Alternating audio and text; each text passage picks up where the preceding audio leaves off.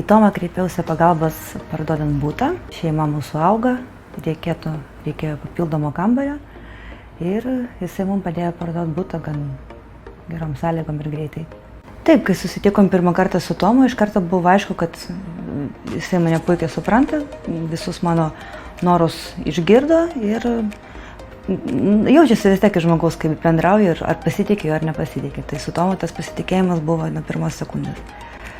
Ir tikrai manęs nenuvylė, viskas vyko greitai, sklandžiai ir prižiūrėjo visą tą pardavimo procesą nuo A iki Z. Jisai parengė visus reikiamus dokumentus, viską susakė, kur kreiptis, kokie veiksmai turi būti, eiliškumas ir panašiai, tai jokių nesklandumų nebuvo su juo. Sakau, man labai patiko, kad jisai taip visą laiką nuoširdžiai bendravo, visą laiką jutau, kad rūpinasi būtent mano objektų, daleiskim, aišku, suprantu, kad jisai galbūt turėjo šimtus kitų, bet toks buvo įspūdis visada, kad mano yra pats svarbiausias ir pagrindinis.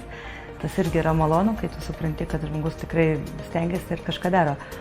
Ką pasako, tą padaro ir jokių nebuvo iš jo pusių nei vėlavimų, nei kažkokių tai neaiškumų. Viską išaiškindavo visus tos juridinius momentus, nes kai pats tu su to nesusidari kasdien, tai vienam yra gan sunku.